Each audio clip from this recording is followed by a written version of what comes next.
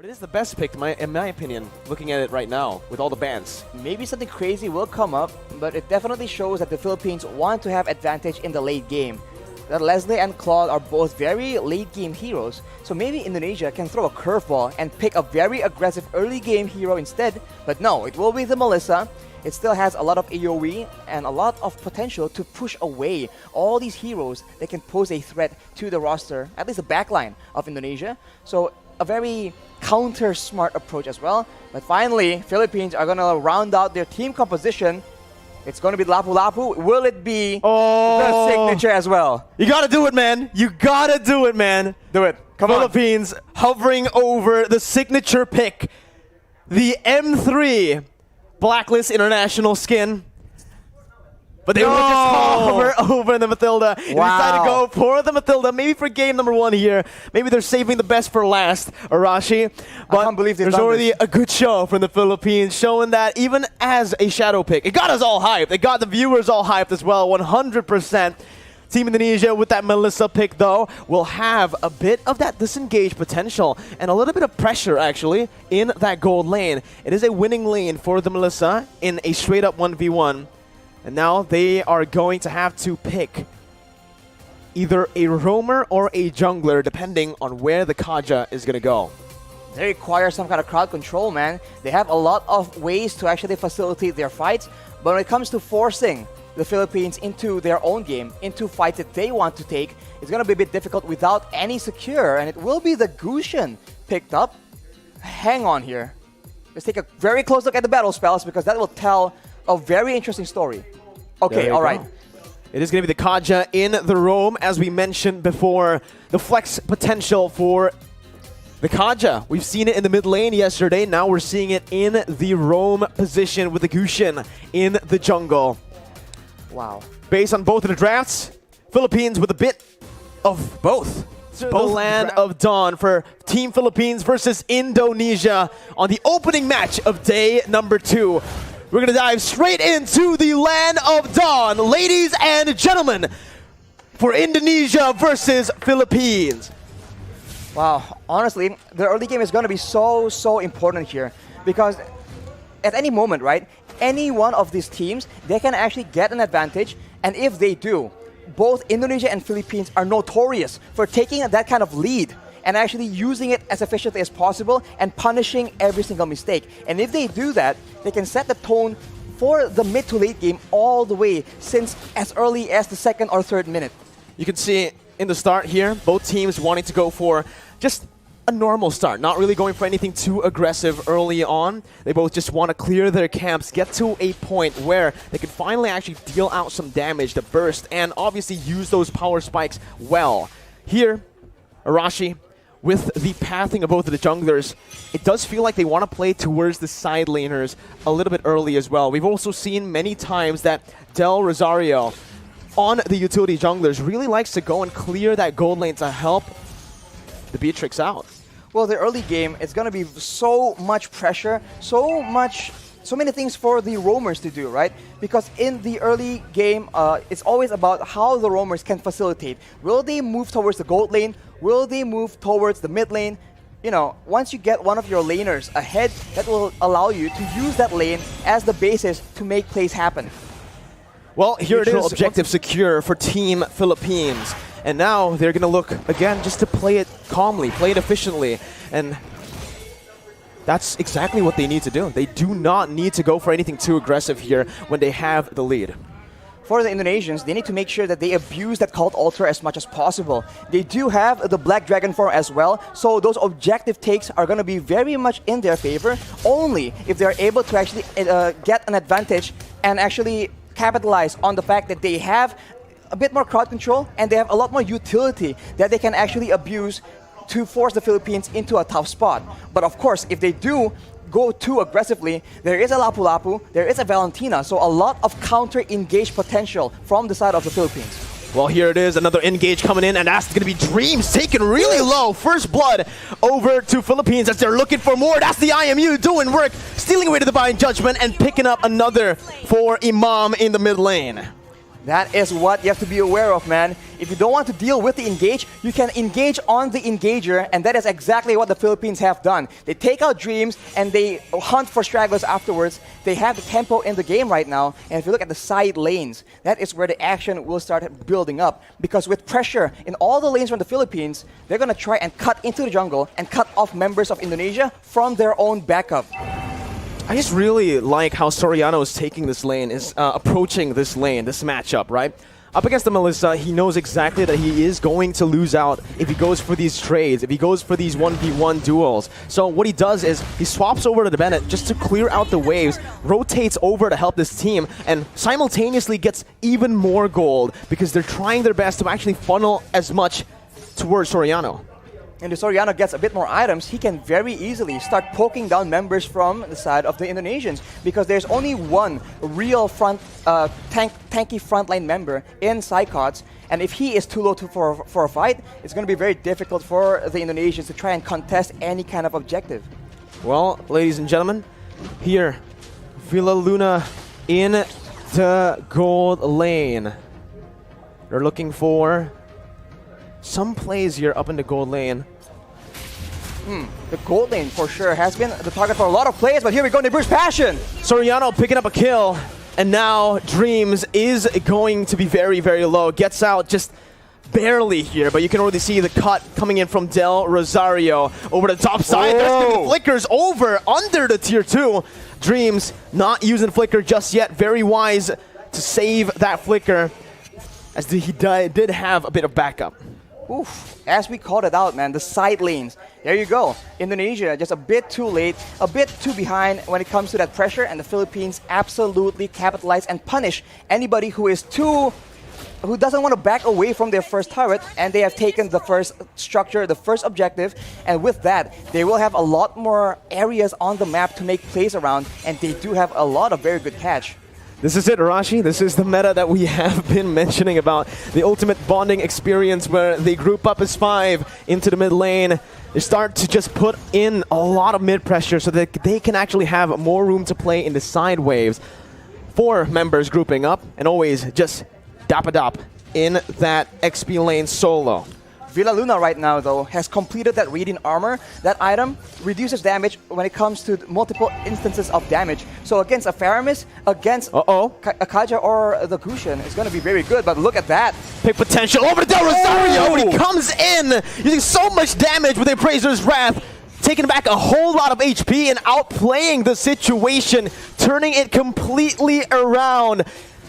It's looking bad for Indonesia, as that's going to be the 3rd turtle over to Philippines with no trades on the board, no turrets, no kills so far. They put a trigger on that play with the objective to try and force the Philippines' hand, but instead the Philippines has all the answers. A tanky front line, 2 tanky front lines in fact, and a lot of utility to ensure that their member stays alive, and afterwards they can just chase and take out members of Indonesia one by one, and even then, they go for the pressure, and it seems like the Indonesians, they have to try and make a huge play happen, or a massive pickoff, but it's going to be very difficult because the positioning from the Philippines is way too good. The setup, the positioning, and the trigger instantly onto Psychots, picking him up, baiting Indonesia over to that bottom side to pick up a free turret and 2 free kills in the process. It does feel like so far in this game, the Philippines are a step, maybe even 2 steps ahead of Team Indonesia, as Dream's going to get knocked up. Imam looking for that follow-up, just to zone Indonesia away from the tier 2 as they look to start sieging down on every single turret. The damage difference right now from both teams is just so difficult to deal with. We mentioned how there's only one real frontline on the side of Indonesia, and look at what happens to him in a big fight. He gets taken out. The cult altar is so non-existent. The Philippines are able to just burst through it and go on with their day. Soriano right now with the Malefic Roar completed. That is a lot of penetration on top of the already insane amount of damage and burst that the Beaches can bring to the table. This is what Philippines loves to do when they're ahead, right? They use the distraction that is Dapadop, who's practically currently unkillable on that Lapu Lapu. They use him as a distraction in the side lane, solo, picking up a turret. Meanwhile, they set up on the other side. Usually, they like to play on the opposite side and use the conceal to catch the enemies off guard. But there, you can see, again, a curveball thrown over to Indonesia. Or maybe Indonesia have done their research onto how Philippines likes to play with the lead. They take another step ahead, and they think 2 steps ahead of Indonesia. Right now, again, it's going to be Divine Judgment coming in, but it's all onto the frontliners with a lot of the resources burnt out. Jumps in and finishes off Soriano in the back lines, splitting Philippines in 2. Imam now flickering out, getting to safety, but all that was for the Lord. It's a 2-for-1 in the end. 2 kills over to Indonesia for a Lord take. Arashi, who's it worth for? Oof, I think considering the fact that the Philippines are so ahead and they are focusing now more than ever on taking all those structures away from Indonesia, I think the Lord will be very, very beneficial. Unfortunately, they lose their gold leaner as well, which is not ideal. But if you take a look at the items right here, he is on 7,300 gold. As we mentioned, BOD and straight to a Malefic Roar, ensuring that anyone getting caught in his ultimates will get absolutely decimated. What's another thing that I want to mention is the fact that the 2 kills that Indonesia picked up earlier was onto 2 members with no bounty. There was no shutdown there. So even though Indonesia were able to find some kills, it was just normal gold. It wasn't the added gold that we usually see. And they get the Lord for that. So if it was a shutdown, I would actually say that Indonesia definitely came out on top in terms of value. But here, Taz might actually be caught, forced to use that ultimate defensively to get out. And everyone is from the Philippines is available because the death timers are very, very short, and they're going for a siege here where Indonesia don't have a lot of tools to try and counter the poke damage. Slowly but surely, the Philippines is chipping away at the structures and at the EHP bars of the Indonesian players. It's a good defense by Indonesia. They're able to minimize their losses here, only losing that tier 2 in the mid lane for now. But Brands is going to be zoned away from that mid lane. Philippines looking for that, but look at Psychots with the Petrify. He's able to find 2 on the flanks. Psychots absolutely massive as his engage has started a war that Indonesia can finally win here in this game. 3-for-0 trade as Indonesia look to climb, to crawl themselves back in this game. Blink and you'll miss it. An engage that gave way for Indonesia to take 3 kills for a trade of none. And along with that, Taz is able to secure the purple buff from the side of the Philippines as well. So now they have a momentum. They have recovered a bit of that gold difference. Only 2K right now. But the Philippines, they are still in the lead, and they are no stranger to these late game situations. Dreams opening up the map just a bit. Going to be chunked down by Del Rosario, but he is going to be able to back off without having anything taken away. Honestly, looking at it right now, Rashi, Indonesia, their main win condition, we thought it would be Brands on that Melissa. We thought it was going to be the Gushin on the hands of Taz, but it's actually Psychots, the man that has been doubted so many times by everyone. By the public.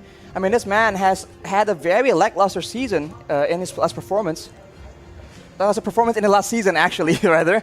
But here, knowing that Indonesia are relying very, very heavily on a very reliable engage, his Yuzong has been critical, but after 2 engages, will Philippines fall for the same trick twice? Divine Judgment over to Dreams. That's going to be the frontliner taken out. That's going to be that. Oh my god, so much damage onto the Lapu.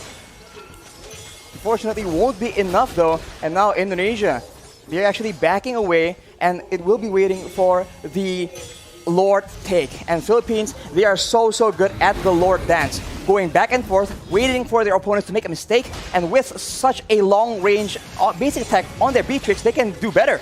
That's what they were waiting for. The Black Dragon form now baited out. Psychots with a Petrify onto Soriano, who's forced to flicker out, but Psychots jumps in. 1v4, soaking in all the damage and sustaining back up. Dapadop gonna be taken down by Brands, and that's another kill over to Indonesia, who were able to play with the death timers of Dreams really well, with him now respawning.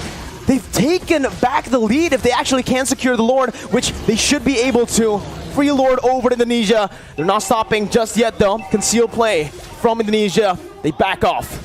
Back up for now, as the orange buff will be contested as well. So the Philippines are now on the back foot. And if you look at the composition, in a way, right, in the big team fights, there's a lot more DPS and utility available in the hands of the Indonesians.